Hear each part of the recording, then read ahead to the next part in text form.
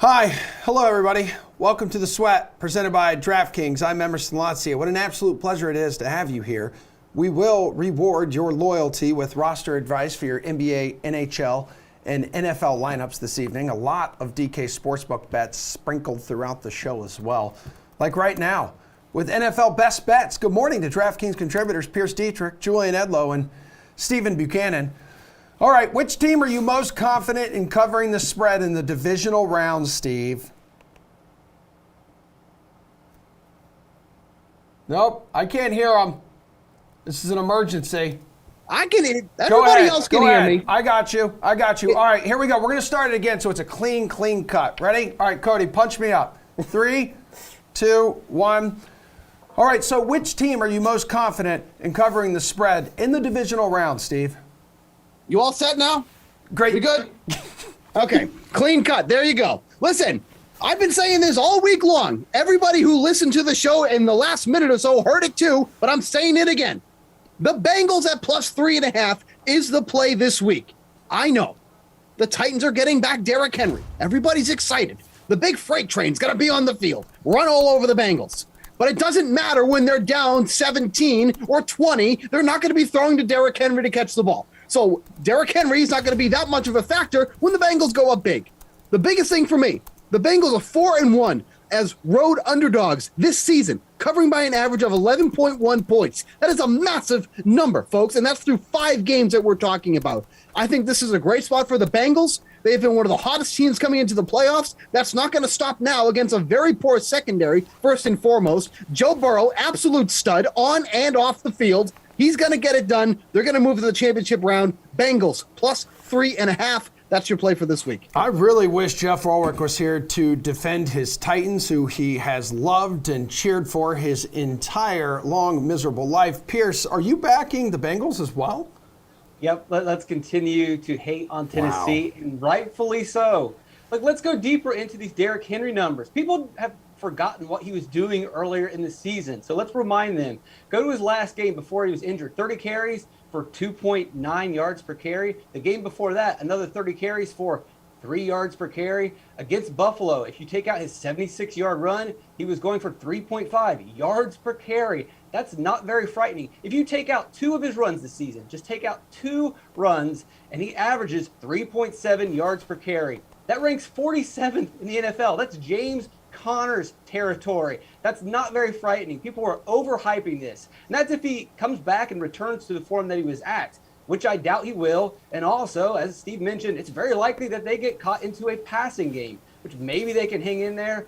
But the Bengals, like Steve also mentioned, great road underdogs. I cannot believe this line has not moved.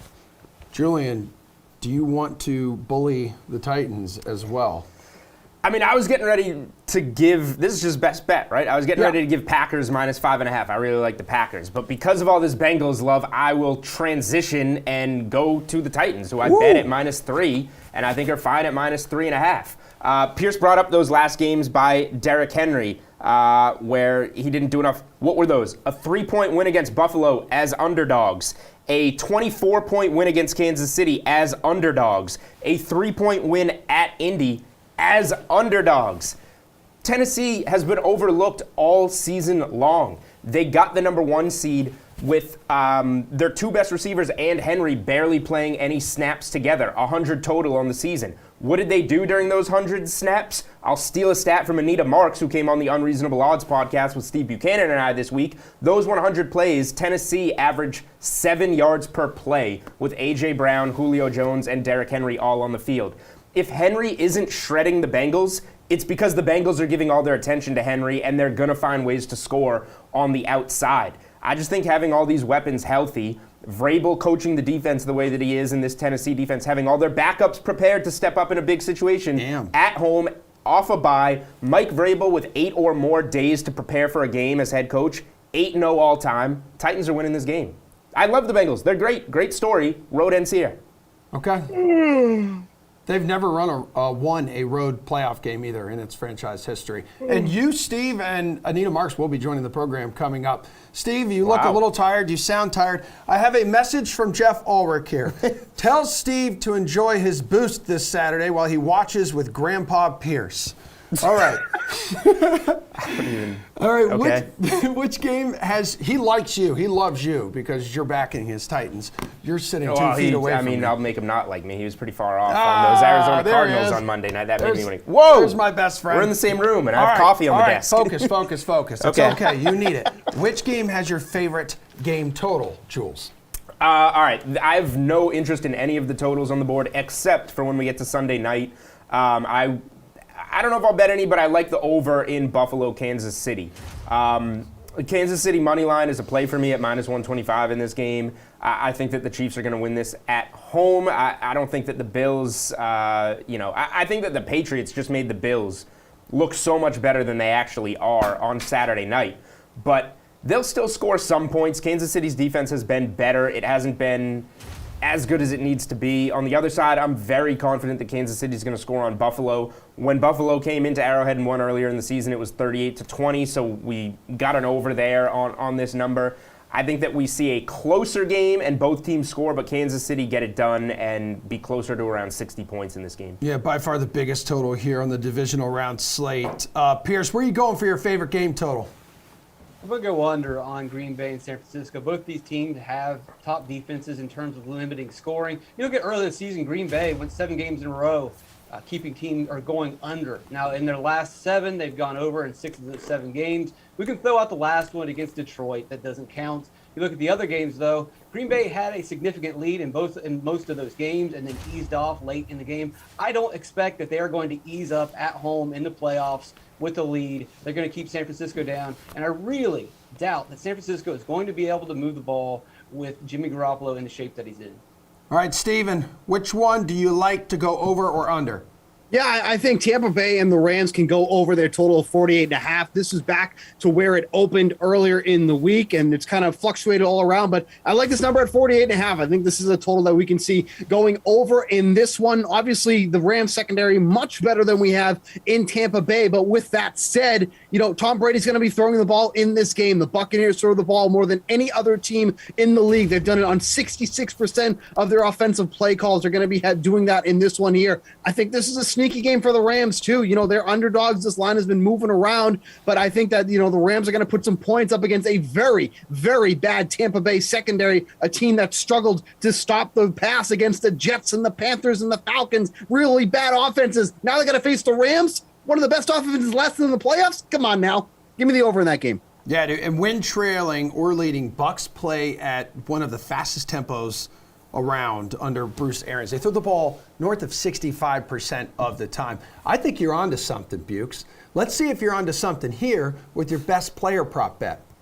Yeah, so kind of staying with that same notion, Matt Stafford to go over 282 passing yards in this game. Earlier in the season when he faced the Buccaneers, he went way past this number, 343 passing yards in that game. This is a different looking Rams team than when we played them earlier in the year. Yes, they lost Robert Woods, but they replaced him with Odell Beckham Jr., who's looking like the old Odell Beckham Jr. as of late with all the catches that he's getting. When you have someone like Van Jefferson, who's like the wide receiver 4 on this team, that just says how talented this offense is. And look, they won that game last week. Cooper Kupp was barely even involved. It took him until the 4th quarter to even get his 5th catch. If he's more involved in this one and what's a closer game, he's going to go sailing over those passing yards. He didn't need to do it last time. Don't be scared by that. Take the over 282.5 passing yards for Stafford. All right, which player prop catches your eye, Jules? Yeah, I like Steve's play there on Stafford. I actually like both quarterbacks to go over their passing yard totals in that game. We should see a lot of airing the ball out. I'm going to go to Green Bay, who I was going to use as my best bet for a spread off the top, but I had to combat Stephen Pierce and tell him why the Titans are going to win and cover. So we will go to Green Bay now, where Devonta Adams, lay a little juice, but -135 anytime touchdown score. Just lay it. It's a big game at Lambeau, cold out. What does San Francisco do? They stop the run. Not as good against the pass. The first time these two teams met, 18 targets for Devonta Adams. He caught 12 for $132 and did get into the end zone. Throw away the Lions game in Week 18, which the Packers only played their starters part of the game, and you go to Devonta Adams' last 4 actual games. He has 6 receiving touchdowns in those games. Devonta Adams, perfect matchup, perfect spot in a gotta-have-it game at home. He's going to get into the end zone. I'm comfortable laying the juice. Pierce, who's in a good spot? Give me another premier wide receiver, Jamar Chase, over 76.5 yards. Yeah, that's a big number, but he goes over this. No defense can stop him this season. The only team that's stopping him is his own team when they decide to run the ball. And if they didn't run last week, they're not going to run this week, especially against the Tennessee team that's limited fantasy points, 2 running backs. They're number 1.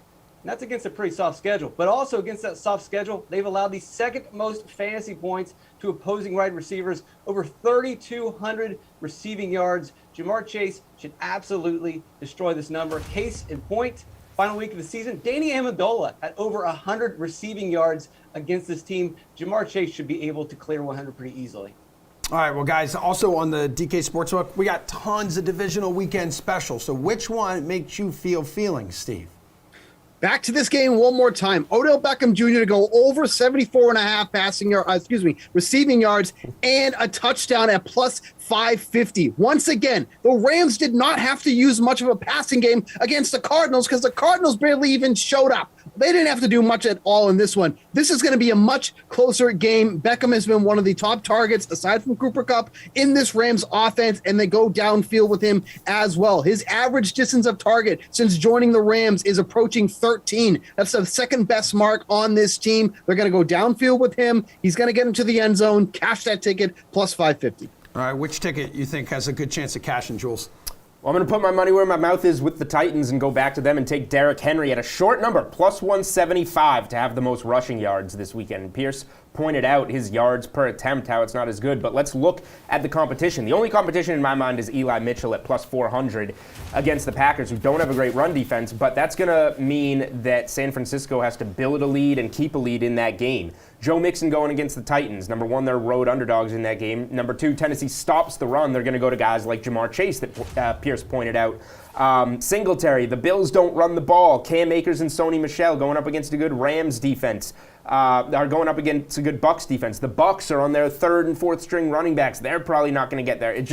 It only leaves Derrick Henry for me unless the Bengals or Niners go on the road and dominate by double digits and keep running the ball. I think it's just got to be Derrick Henry. Pierce, which divisional weekend special in the DK Sportsbook do you like?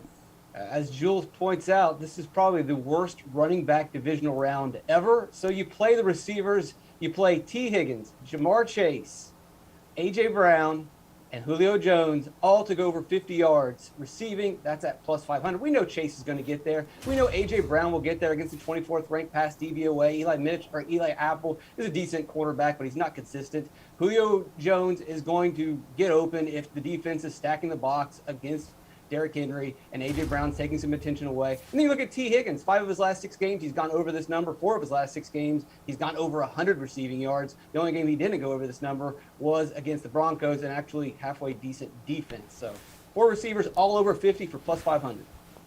That was really good stuff, that entire block. Nice job. Good having you in Stop studio, looking Jules. at me. I can't. Dude, you're sitting right there. You're making weird noises. Hey, I'm not there making you are. any noises. I'm breathing.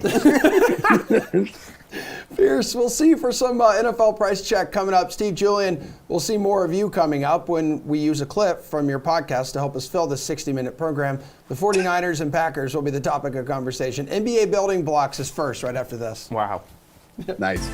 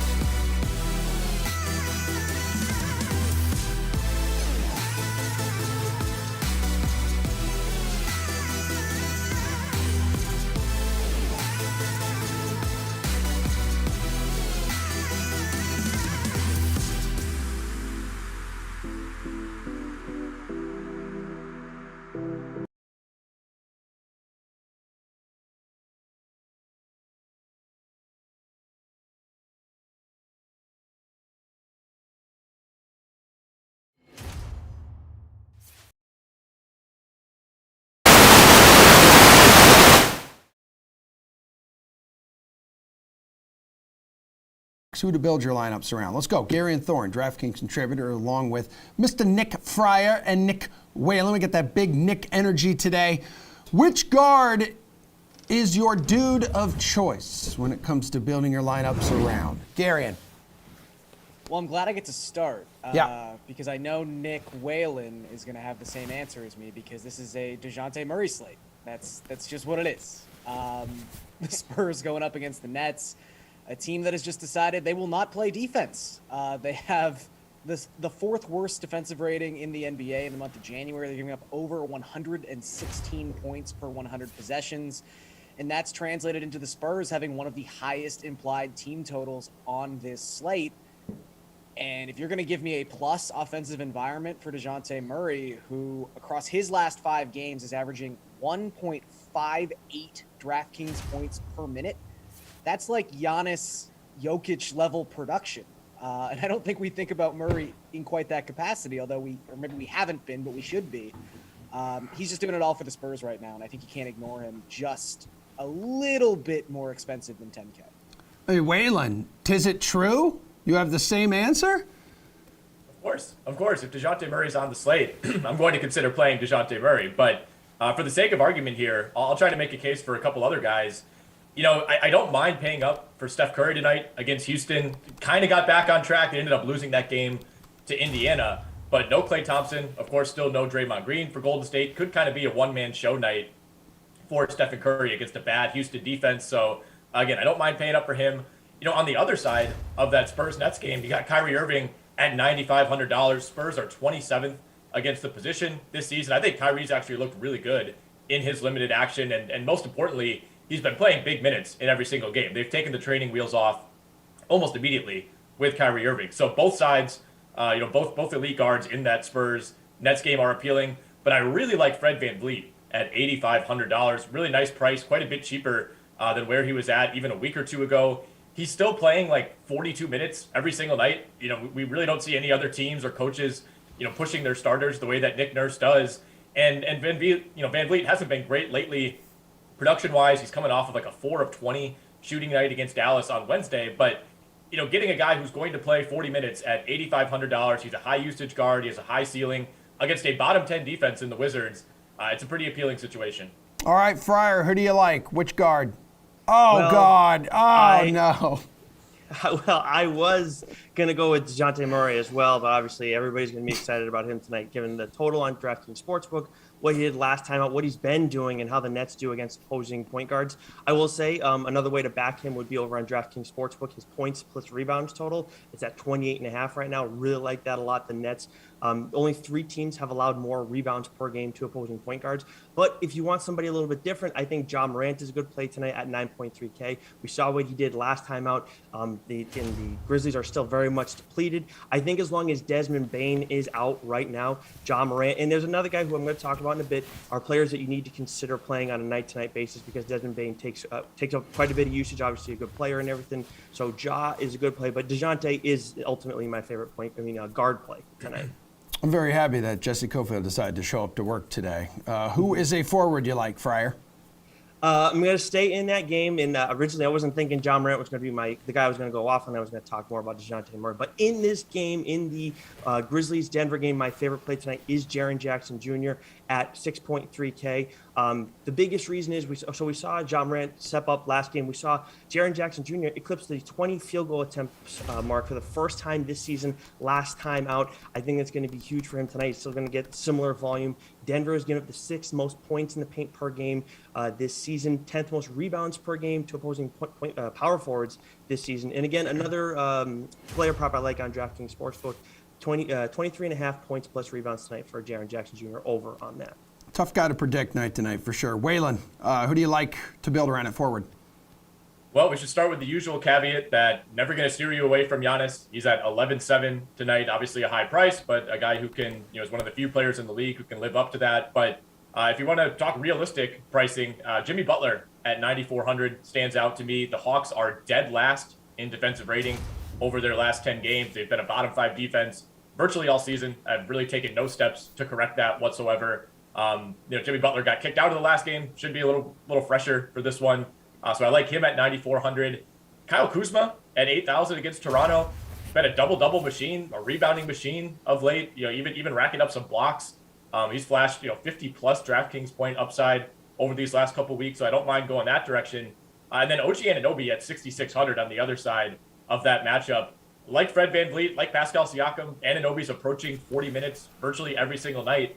And again, he hasn't been great lately, some lackluster games, but it's all about the minutes. And if you're locking in a close to elite player in Anunoby at this price, who's probably going to play at minimum 37 minutes, I think that's a pretty good deal. I love the Butler pick. He's going to be bouncing back after that BS double tech situation. Only played 15 minutes. Kind of got screwed over last time out. Gary, who's a forward you like to build around?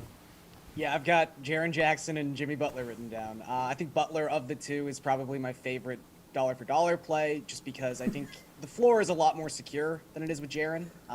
Jackson's ceiling is massive, especially considering what's going on in Memphis right now.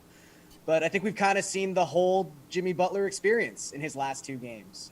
Goes out and posts a triple-double without Kyle Lowry against the Raptors one day, and then the next day is ejected 15 minutes into a game on some weird kind of stuff. So that's really what you get with Jimmy Butler from time to time. Obviously, the three-point shot has been even worse than usual the past month or so, but that's not why you get Jimmy in a lineup. You get Jimmy in a lineup because he could be the best rebounder that he'd have tonight. He's probably going to run like pseudo point guard instead of Caleb Martin or Gabe Vincent, and he's got the ability to score and gets the free throw line. I think at $9,400, to me, Jimmy's always appealing in these kind of circumstances when he's less than 10K, and he's averaging over 1.3 DraftKings points per minute without Hero and Lowry so far this season. So as long as he stays on the court, I think he's going to have a really good game tonight. All right, Waylon, which center's going to hold up your lineup tonight? We got two dudes here who absolutely went off a couple nights ago. There was Jokic, who had 93 DK fantasy points, and then Joel Embiid was nearly just as impressive with 77 against Orlando. Yeah, and Embiid did it in fewer than 30 minutes, which was insane, out-dueling Mo Bamba. But Jokic is at 12,600, which is insane when you consider that's almost $1,000 more than Giannis, who's been as consistent as could possibly be. So I don't know if I'm paying that price tonight. Chances are he's probably not going back-to-back 90-plus DraftKings point games. I'm looking to ex-Wisconsin Herd standout Christian Wood, who is at 8,100 against the Warriors. Normally this is not a matchup that you'd be targeting.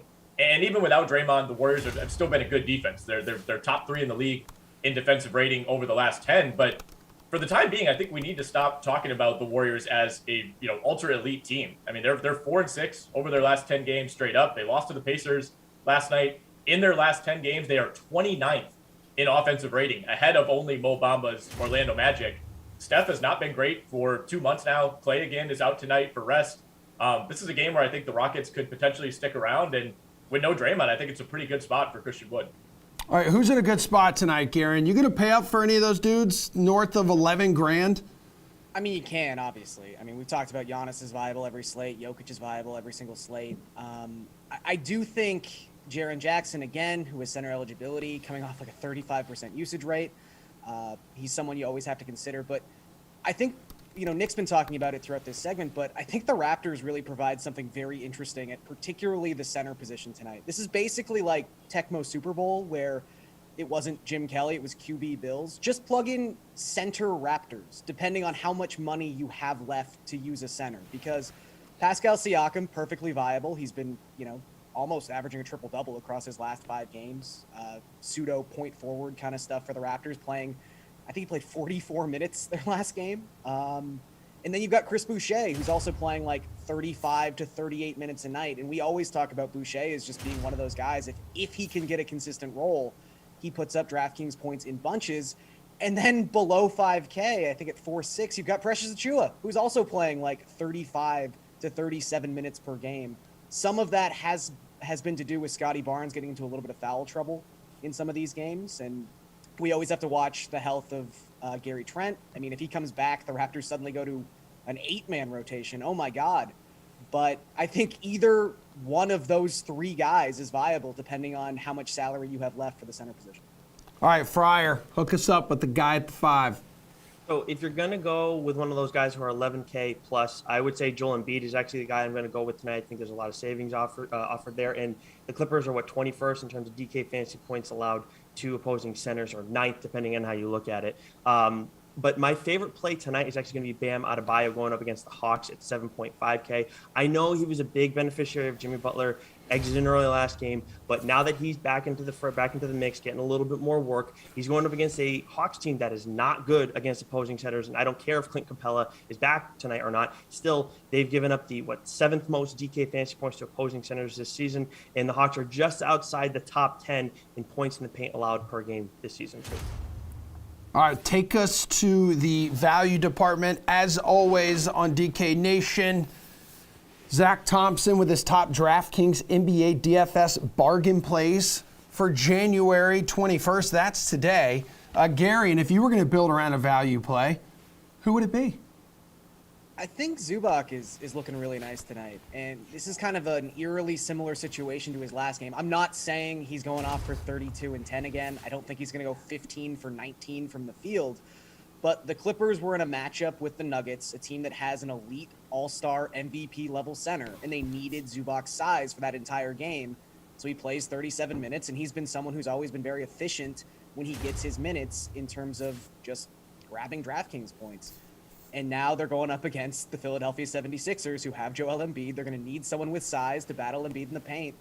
I mean, as long as he's able to stay out of foul trouble, which I know is a considerable thing against Joel Embiid, I think he's going to play over 35 minutes again. And at $4,600, if you're getting someone who averages well over a DraftKings point per minute with that kind of volume, I just think he's someone you can't ignore.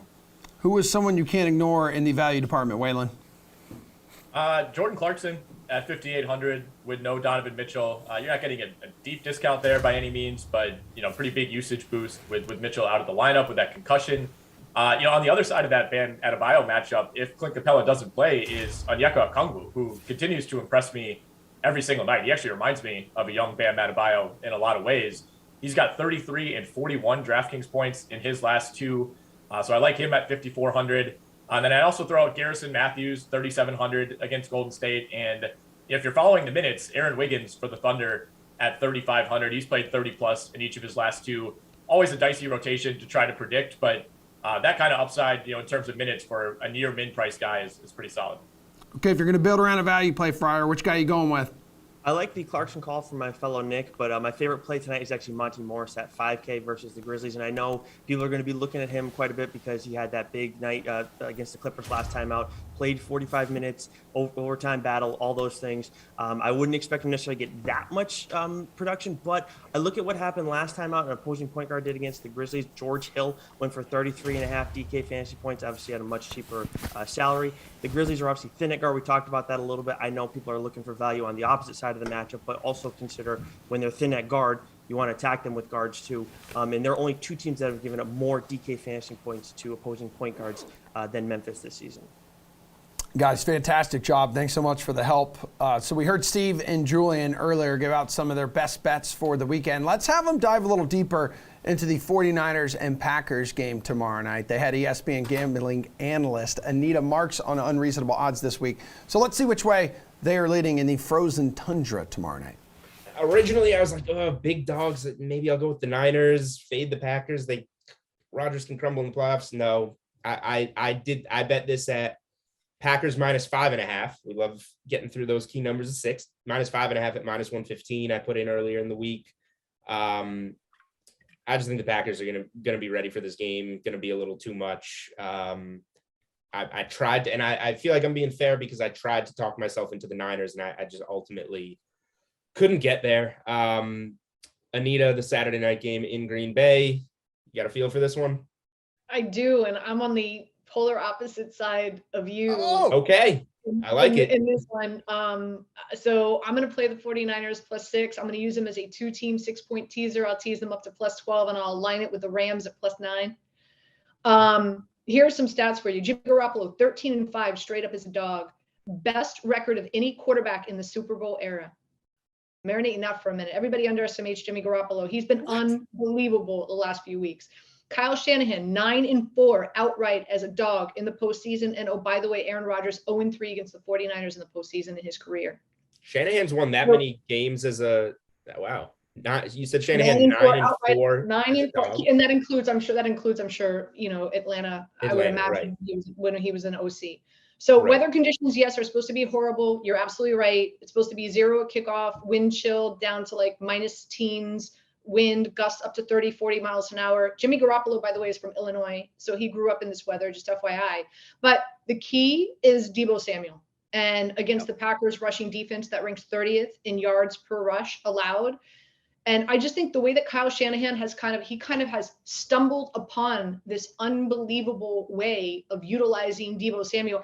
I called and I spoke to a lot of scouts around the NFL because I was curious, like when they were scouting Deebo Samuel, like what did they see in him? Is this something that they equated in how they scouted him and what they brought back to the general managers? And a lot of them did see this. He's a glorified running back, but in the wide receiver position. And Kyle Shanahan has really tapped into something really special and really unique. And I think because of the weather conditions, that's what it's going to come down to. And, another thing is this team is bought in. Greg Kittle, you can argue, is top 3 tight end in the NFL. And all he's been doing is blocking. But he's not complaining about it. This team is bought in to the offensive style that Kyle Shanahan has created, and it all centers around Deebo Samuel. And I think the weather conditions are going to warrant that. You run the football, you eat up time of possession, you keep Aaron Rodgers off the football field. Granted, like you said, Nick Bosa and Fred Warner, you got to keep an eye on them. Everything that I'm hearing out of San Francisco is they're optimistic that they're going to play. But remember, I tell you about red zone conversion rate. San Francisco 49ers first in red zone conversion rate. They score touchdowns in the red zone at 67%. The Green Bay Packers, their defense 29th. They're allowing teams to score touchdowns in the red zone at 67%. So I'm on the 49ers here. I wouldn't be surprised if the 49ers pull the upset. Prop bets, I'm going to keep an eye out for. Obviously, Deebo Samuel over carries, especially because of the weather. Brandon Ayuk over receiving yards. Aaron Jones under rushing yards. The 49ers, one of the best rushing defenses in the NFL. Lazard, anytime touchdown, you can get that at plus 175. Not only is he targeted in the red zone, he's targeted in the end zone, and he has a touchdown, I want to say 5 of his last 6 games, and MVS over longest receptions. So again, a lot of these props, these numbers haven't hit yet, but those are the ones that I'm going to be looking for to hit hopefully in the few hours or days.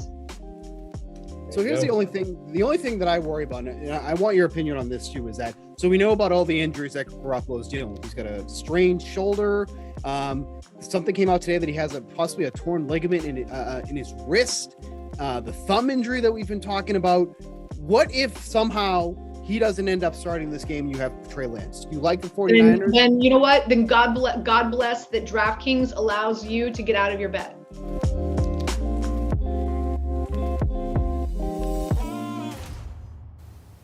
Unreasonable Odds, the highest rated podcast here at DraftKings.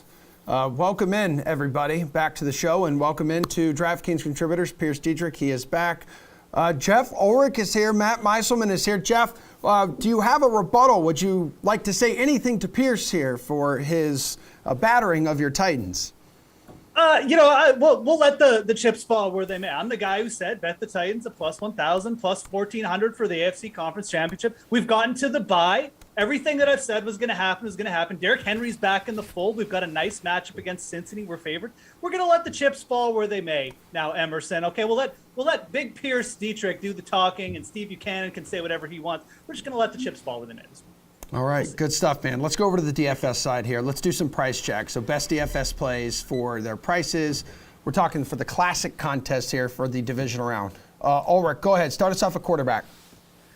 As tempted as I am to do a 180 here and talk about Joe Burrow because he does have great potential, I'm gonna go to Aaron Rodgers here at 7,100 just to save face. Look, I really do like the spot for Aaron Rodgers from a fantasy perspective, though. I mean, you look at that first game against San Francisco. What did they do? They just chewed apart the San Francisco secondary, and I think that's going to be the case again here.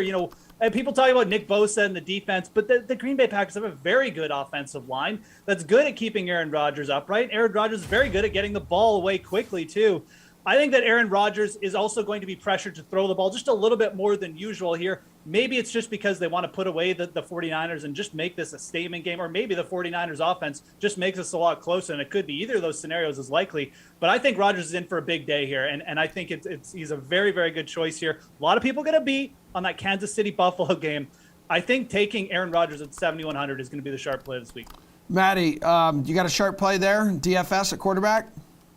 So I kind of just think that the team that makes the prices here at DraftKings just did a really good job across the board for all positions. Like, nothing stands out to me as especially great, but I do think if we look into stacks and look at which quarterbacks will be the easiest to fit players with, Tom Brady stands out there because I think at other positions you have cheaper players where Brady's price cumulatively with his team makes him look a little more appealing. So I think at 6,800, like, he's similar to Rodgers at 7,100. So you're getting a slight discount. Mahomes and Josh Allen are more expensive. And I think Brady is better than Tannehill, Burrow, much better than Garoppolo for fantasy. So just getting that little bit of discount, and then his receivers are cheaper too with all the injuries they've had. So I like Brady a little more if you're trying to stack the team. All right, Pierce at quarterback. Josh Allen, most expensive at 7.6. Pay the price. Take Josh Allen. He was perfect last week. He was perfect last week against a pretty good New England team. All of a sudden, we're just dismissing New England as not a good team. They're pretty good. And it was one of the coldest games in the history of NFL, and it didn't stop him from being perfect. Now, Kansas City should be a tougher matchup over the last 10 games. They lead the league in limiting scoring. They've been really great at home this season. But if you look a little closer over those last 10 games, who's Kansas City played? One of their tougher matchups was a Jordan Love-led Green Bay team. The Chargers, the up-and-down Chargers scored 28 points on them. The Broncos scored 24 points on the Chiefs. The Bengals scored 34 points on the Chiefs. Buffalo is going to score, and all the points are going to go through Josh Allen. All right, at running back, Derrick Henry hasn't played in months, and he is the most expensive guy at 7.5. Maddie, how do you feel about that?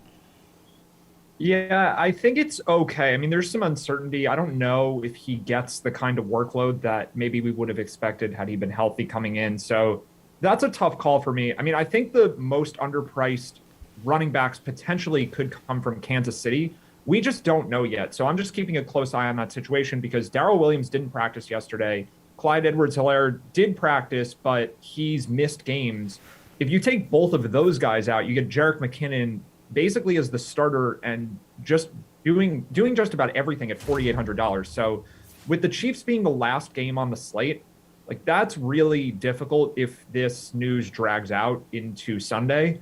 But if McKinnon is the starter, that's the most underpriced running back, I think, by a lot. And even if one of Williams or Edwards-Helaire plays, we could still see McKinnon, who has been playing well, we could still see him lead the backfield. So I think he's someone you definitely at least need to consider just because of the way that situation could break. Yeah, Pierce, Henry is a critical decision point this weekend for DFS. Yeah, if you want to lose some money, go ahead and play Derrick Henry and his 3 yards per carry. 3 yards per carry, and we don't even know if he's going to get the volume that at least helped him earlier this season. Running back is a wasteland this week. And you know what? Henry actually is probably the best running back. That tells you everything that you need to know. I'm going to look at Fournette. If Fournette can get into play, really needs him. No Godwin, no Brown. The team is hurting. They're going to need him to have some sort of presence in this game. I know the Rams are good against the run, and I'm not expecting him to have a big game on the ground, but we know that he is a pass-catching back, and the Rams are below average against receiving running backs. Last time the Rams played Tampa, they allowed 9 receptions and 50 yards and a touchdown to Giovanni Bernard. But running back being what it is, if Fournette starts, gets 50 yards on the ground, is active in the passing game, gets the goal line carries, that's going to be good enough. If you can get a running back that gets into the end zone this week, you're probably going to be fine. All right, Jeff, which running back do you like this weekend in DFS? Talking classic contest. Yeah, so as per usual, Pierce is like half right. He's right that running back is a bit of a wasteland. He's obviously wrong about everything he said about the Titans. Some of that cut off for me, luckily. But I think that because the running back position is just so like variables and we're waiting for injury news, I think Cam Akers at 5,500 is actually a very, very nice play this week.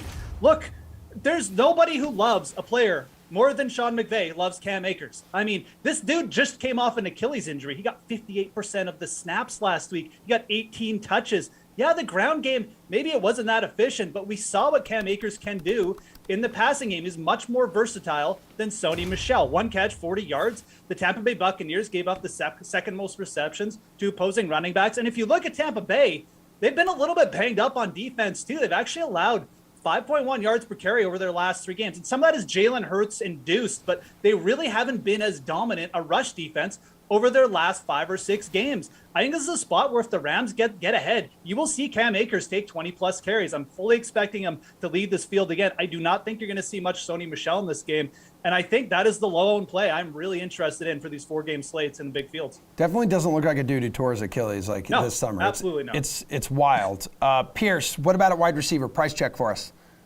Cooper Kupp, I don't care about the price at wide receiver. We're obviously not excited about spending money at running back, so you got to spend somewhere. And if we're expecting a lot of passing, then we probably should go with some of the top-tier receivers, maybe the best one available. Tampa, 27th when it comes to yards after the catch. Cooper Kupp, number 1 when it comes to yards after the catch. He has 850 yards after the catch. Most receivers don't even have 850 yards, let alone after they have caught the ball. This is obviously Kupp's biggest game, but this is Matthew Stafford's biggest game of his career. And I would expect that he's going to throw at least 15 balls Kupp's way, and with 15 targets, 15 opportunities for yards against the catch against the Tampa team. I think the upside here is tremendous. Jeff, he's the highest priced player on this slate. I mean, 17 points last week. That's a down week for this dude, but he's now $400 cheaper at 8.6. Yeah, look, I mean, if we see Cooper Kupp play well again and just smash this slate, it wouldn't shock me, but I have to lean Devonta Adams here. Like, I absolutely do. I mean, everyone is talking about Cooper Kupp and his fantastic season. Devonta Adams has 3 games on DraftKings with 30 or more DraftKings points over his last 7 games. That's 4 games over his last 7 games where he's just absolutely demolished slates. And again, I mean, like, this San Francisco secondary, I can't stress it enough, man. Like, they're just not good at covering teams' wide receiver ones. They've allowed 11 touchdowns to wide receivers over the last 8 games. And all of those touchdowns, they haven't come to like fluky guys. They've come against teams' number 1 wide receivers. They don't have the talent back there to stop a guy like Devonta Adams. So when I'm looking at Kupp and Adams here and who I want to pay up for, and I'll even throw Deebo Samuel in the mix, I think Devonta Adams is like clearly the number 1 choice for me. And I'm not saying it's not close or Cooper Kupp is just going to go and burst into flames this week or something, or you know, Deebo Samuel's going to get a bunch of touches. But I think Devonta Adams is the clear number 1 choice here. That is the guy with the best matchup and the guy who's like usage I feel the most safe with. So I'm going to go Devonta Adams as my number 1 wide receiver here. And like his quarterback, he feels very matchup proof. Matt, wide receiver, who do you like? So the guy I like, the biggest concern I have with him is how popular he'll be, but he hasn't been mentioned. Jeff and Pierce didn't pick him. So maybe that says something as far as like how the chalk is going to look. But Stephon Diggs is only $6,500. Pierce did talk about Josh Allen, and I do think the Bills will be a pretty popular team, but Diggs is so much cheaper than the high end of the receiver range. And if you look at his game log, he hasn't been as good recently. But the reason for that, for the most part, is the Bills have just had huge leads. They haven't needed to pass in the fourth quarter in basically any of their recent games. The Patriots game was a blowout. They ended the regular season with blowout wins over the Jets and the Falcons. They're playing the Chiefs this week on the road. I think that as much as the Bills played well against Kansas City the first time around in Kansas City, it would be pretty crazy to expect the Bills to win via blowout again. And assuming the game's close or the Bills are behind, Diggs is probably going to have to do a lot. So I don't think he's the highest scoring player on the slate or anything, but $6,500 is just such a severe discount off of the rest of the top end of this receiver range. I think he probably is the best value play. And Chiefs have allowed a league-leading 61 catches to the wide receiver position across the last 4 games. Guys, let's be quick here on value. Jeff, who do you like? There's a couple players I like in the Cincinnati-Tennessee game, a wide receiver. I'm going to talk about the Tennessee guy. It's Julio Jones. He's averaged 107 yards in 8 career playoff games. He's got 9 targets in his last game. Everyone's just kind of forgotten about Julio Jones. I think there's a scenario here. Derrick Henry opens up this passing game a bit. Julio Jones smashes for a decent day. 4,700, going to be really low owned this week. All right, who is your guy, Matty? Value play. Yeah, he's already been mentioned, so this will be quick, but I think Leonard Fournette probably just is the most underpriced player across the board. We don't know yet that Ronald Jones is out. That'll help. I think projections across the industry are going to have Jones playing as of now, but he hasn't been practicing. So assuming he gets ruled out, Fournette's going to look a little better. I think that his price is way too low. Pierce, your value play this weekend is who? Derrick Mckinnon, Matt already mentioned him, but I want to throw out the idea that a lot of his rushes and receptions were on first down, meaning that he is a serious weapon and not just a garbage time throwaway guy. And running back is a garbage time throwaway pick this week, so McKinnon's pretty good deal here. I cannot wait for that Titans-Bengals game this weekend and following all of you on Twitter and how excited or disappointed you are. One more break to go, one more block to go. It's Sticky Puck with AJ and Paul when we come back.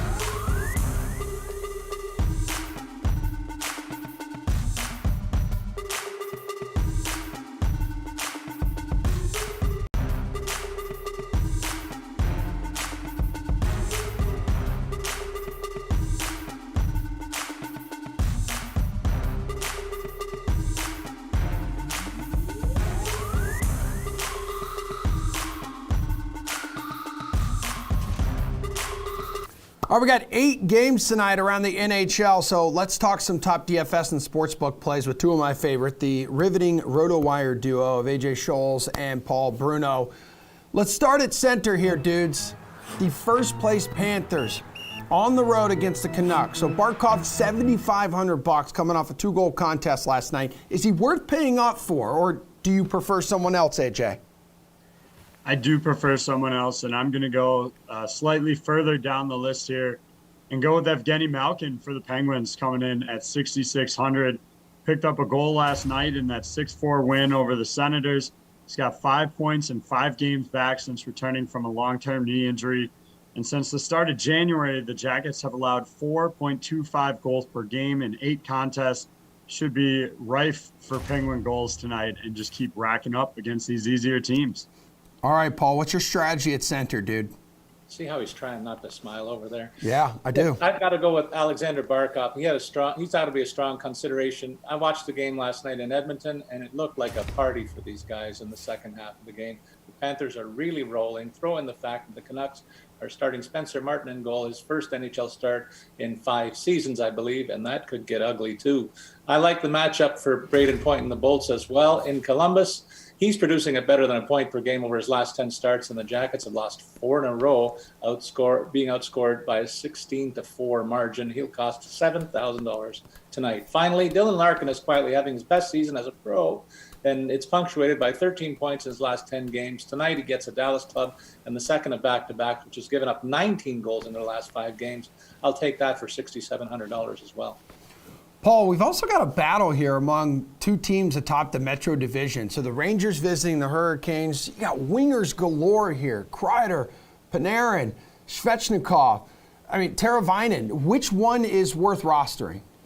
For me, I got to go with Chris Kreider. Over the season, he's had the highest average DraftKings score with 13.1 points per game, and is also leading goal scorer among all the wingers in this one. So that's my choice. That said, he's only the 4th most expensive winger on the DK board as well. So I'm very happy to commit $5,600 to him tonight. He comes into the contest with 7 goals and 3 helpers in his last 10 games. So he's feeling pretty good about his game too. AJ. Well, Paul, like the rest of the Toronto media, is just dumping on Freddie Anderson all season long. I'm not, buddy. They chased him out of town. Everybody up there in Detroit. Look, the guy's 9-1-0 in his last 10 games, a 1.90 goals against average. So I'm not touching any of those Rangers tonight. And I really don't. I'm not high on the Hurricanes in a matchup likely with Igor Shesterkin either, because both clubs are getting really good net mining. So in that 6K price range where you find Kreider and Panarin, I actually like Kevin Fiala from Minnesota coming in at 5,800. Going up against a Blackhawks team that's a much easier matchup than either of those other clubs. And you're getting a guy who's riding a 6-game point streak and is on the Wild's #1 power play. It's just too risky to go with those range. Normally, I love stacking the Rangers. I do it all the time. But against Freddie Anderson right now, I think you got to be crazy to think about it. Well, AJ, with the Blue Man Group here, who thinks Chris Letang is the best option going up against a struggling Blue Jackets team? $7,300. That's his price tag. 14 points in his last 9 games. Well, look, I recommended Letang yesterday. How do I change my tune today after he picked up another power play helper last night? They're likely going to face Korpisalo between the pipes as Wiggins went last night. So both teams coming into a back-to-back. And like I mentioned, the Penguins are facing a club that is just leaking goals throughout the month of January. I see no reason for that to stop here either, and look for that power play to double down with the Penguins. You on the Letang train tonight, Paul? Definitely. He's one of my favorite players in the league. AJ's never heard me say that before, but I love this guy's game. And right now he's on the top of it, and he faces a Columbus team that is also on the second of back-to-backs. Both clubs are on the second of back-to-backs. The guy's enjoying such a heater, though, that you have to go with him. He's got to be amped. He might be at the rink already for all we know. He's so excited the way he's playing, I'm sure. That looks even more attractive, though, when you consider several other top defensemen are in tougher matchups. If you want to save a bit but still get one of the top D-men in the league, I think you should go with the best one. In my opinion, that's still Victor Hedman. As Tampa gets the favorable matchup again in Anaheim, this guy's leading the entire league of all defensemen, young and old, with points this year, and at better than a point per game pace. That's career best, and yet he's the third most expensive on the list at $1,800. Given this favorable matchup, I love it. All right, I got a couple more for you guys. Let's go to the DK Sportsbook, though. Which game is going over the goal total tonight, Paul? I'd be surprised if AJ's not on the over with Pittsburgh and Columbus. I am too. Could be a very high-scoring game. We know that the Pens are on a high-scoring tear over their last 9 games. They are also going to start their backup goalie, Casey DeSmith, and that will contribute because he has a lousy 347 goals against average in his 8 starts so far this year. So that to me means I go to the alternate total goal line, picking 7.5 and taking the 235 payoff. Another game where the over is in play will be the Stars' visit to Detroit. I note that the Dallas club has been giving up almost 5 per game in their last 4 starts, and Detroit's got a pretty nice attack as well. They love to play run and gun. They're going to face Jake Ottinger on the second of back-to-backs on the road against a very rested Detroit club. So I say take the over on the alternate line here for 6.5 and get the 150 payoff as well. Yeah, AJ, your Penguins and Blue Jackets tied for highest goal total of the night, 6.5, man. Yeah, it's a big mark to get to, but Paul outlined all the reasons to go after it. So I definitely am on that one. Another game I do like, Lightning's Ducks, which surprisingly, to me at least, coming in at 5.5. You look at the Bolts' last 5 games, they've been over that total in 4 of them. They've scored 21 goals on their own. I wouldn't be surprised to see Tampa Bay approach 5 or 6 goals in this one. So you get Anaheim to maybe pick up 1 or 2. And I think you cruise to the over at 5.5 in these contests. Let's go slate-approved pick. Your favorite bet on the board and why. AJ. I went to the game parlays on the DK Sportsbook to get a little more value here, and I'll start by going straight to that Lightning game. You get them to win on the money line, plus the over 5.5 goals combined for plus 140. Pretty decent value there. And I would also consider, like Paul said, the Penguins to win and hit that over plus 170. Hurricanes in the under at plus 210, just because Freddie Anderson's been so good. Those are a couple options for you, but my favorite, as I said, is that Lightning to win and over 5.5 goals. Paul, bring us home with your favorite bet on the board on the DK Sportsbook. I don't talk much money line with you, Emerson, but I will today. I think that the Florida team on the money line at minus 1.5 in Vancouver is going to be an easy win for the visitors. They are at the top of the whole league, and they showed why last night. I say wash, rinse, repeat in Vancouver for the 130 payoff. I also like the Lightning in Anaheim tonight as the home side is struggling in a 4-game losing streak and coming off back-to-back shutouts. A slump-busting win against a 2-time defending Stanley Cup champs is not very likely. They're firing on all cylinders themselves when their own 4-game win streak, and it's a very likely win, and I'll take it Tampa at minus 1.5 for the 105 payoff. All right, good stuff, guys. That is a show. The Sweat will return Sunday morning at 11 o'clock Eastern Time in the Big Apple on SNY. Madden Sims are coming up next, starting with the Cowboys and 49ers at noon. Then if you have absolutely nothing to do with your life, you can hang out for the slate at 5 o'clock with Adam Kaufman, Steve Buchanan, and big saxy Matt LaMarca, talking lots and lots of pigskin.